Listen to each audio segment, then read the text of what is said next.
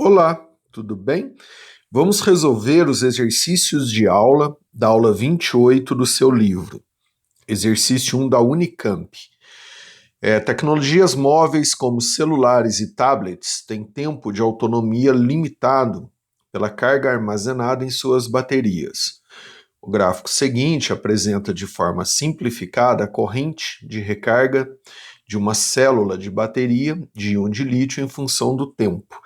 Então aqui a gente tem um gráfico de corrente, aí está em miliampere, repara nisso, né? Miliampere por tempo, que está em horas de carga de uma bateria. Fala, considere uma célula de bateria inicialmente descarregada e que é carregada seguindo o gráfico acima. Qual a carga final? Aí não se esqueça que quando a gente tem um gráfico de corrente por tempo, a área do gráfico da carga, o valor da carga. E aí, ó, esse gráfico, a figura do gráfico é um trapézio. Ó. Então, se eu encontrar a área desse trapézio, eu tenho o valor dessa carga. Né? Ó, tá aqui o trapézio. Aí, base maior do trapézio é igual a 4. Base menor do trapézio vai ser 1,5. A altura do trapézio aqui, ó, 1.200. 1.200. Aí como é que a gente calcula área de trapézio? A área do trapézio vai ser base maior mais base menor vezes a altura, que é 1.200, dividido por 2. Então a área desse trapézio vai dar 3.300. Ou seja, o módulo da carga é de 3.300. 3.300 o quê? Reparem bem que aqui a corrente está em miliampere e o tempo está em hora. Então isso aqui vai ficar 3.300 miliampere hora. Aí a resposta ele quer em coulomb. Para a gente passar de miliampere hora para coulomb, o mili vira 10 a menos 3, que é prefixo do sistema internacional, e o hora vira 3.600 segundos, que aí vai ficar no sistema internacional, ampere vezes segundo. Ampere vezes segundo é o coulomb. Então a gente vai ter que o módulo da carga vai ser igual a 3.300 vezes 10 a menos 3 vezes 3.600 ampere vezes segundo, que dá o coulomb. Então, o módulo da carga, isso aqui vai dar 11.880 coulomb. Ficando aí a letra B. Vamos fazer a questão 2, que é uma questão da UFO. Em um laboratório de testes de equipamentos elétricos, mediu-se a corrente elétrica em função do tempo de um dado equipamento. Nos primeiros 2 segundos de funcionamento, verificou-se um aumento linear da corrente conforme o diagrama seguinte. Então, mesma coisa do exercício anterior, né? O gráfico corrente por tempo, a área do gráfico da carga elétrica. Aí, carga de um elétron, é correto afirmar que a quantidade de elétrons. Então, se eu tiver a carga, eu tenho o número de elétrons. Aí, esse gráfico aqui, ó, é um triângulo, né, ó. Então, se a gente encontrar a área dessa figura, a gente tem a carga. A base do triângulo é 2, a altura é 8. Então, vai ficar área, base, vezes a altura dividido por 2. Então, essa área é igual a 8. Concluo, o módulo da carga é igual a 8. Aí, 8 o quê? Como é que ele está trabalhando em ampere e aqui em segundo, fica ampere vezes segundo. E ampere vezes segundo é o coulomb. Então, a carga armazenada é de 8 coulombs. Porém, ele quer o número de elétrons. Aí, lembrando, ó, QNE. carga 8 em módulo, vou considerar tudo em módulo, número de partículas e a carga de um elétron em módulo 1,6 × 10 a menos 19. Então 8 por 1,6, o número de partículas passa a ser igual a 5 vezes 10 a 19 elétrons. Então aí fica a letra A. Vamos resolver agora a questão 3. Um telefone celular funciona numa faixa de frequência de 824 a 849 MHz. As cargas e os tempos de duração das baterias de 6 volts para esse tipo de telefone são dados na tabela a seguir. Repara bem que se a gente pegar a tabela, eu não vou escrever toda a tabela, mas dá uma olhada aí, a carga está em ampere-hora e o tempo está em minuto. O tempo está em minutos. Então, ó, presta atenção nesse detalhe, tá? Então vamos lá, item 1.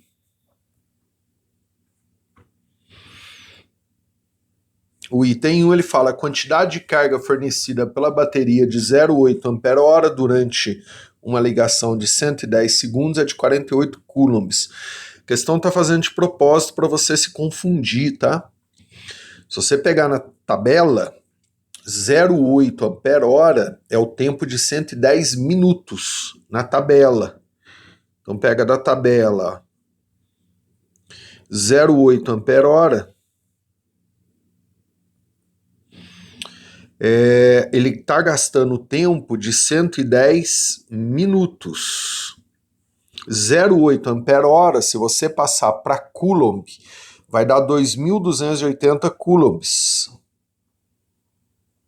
E 110 minutos, se você passar para segundos, dá 6.600 segundos. Então aí você faz uma regra de 3. E 110 segundos, que foi o que ele perguntou. Então, ó, toma cuidado para não confundir o minuto com o segundo, porque na tabela tá 110 minutos e ele perguntou 110 segundos.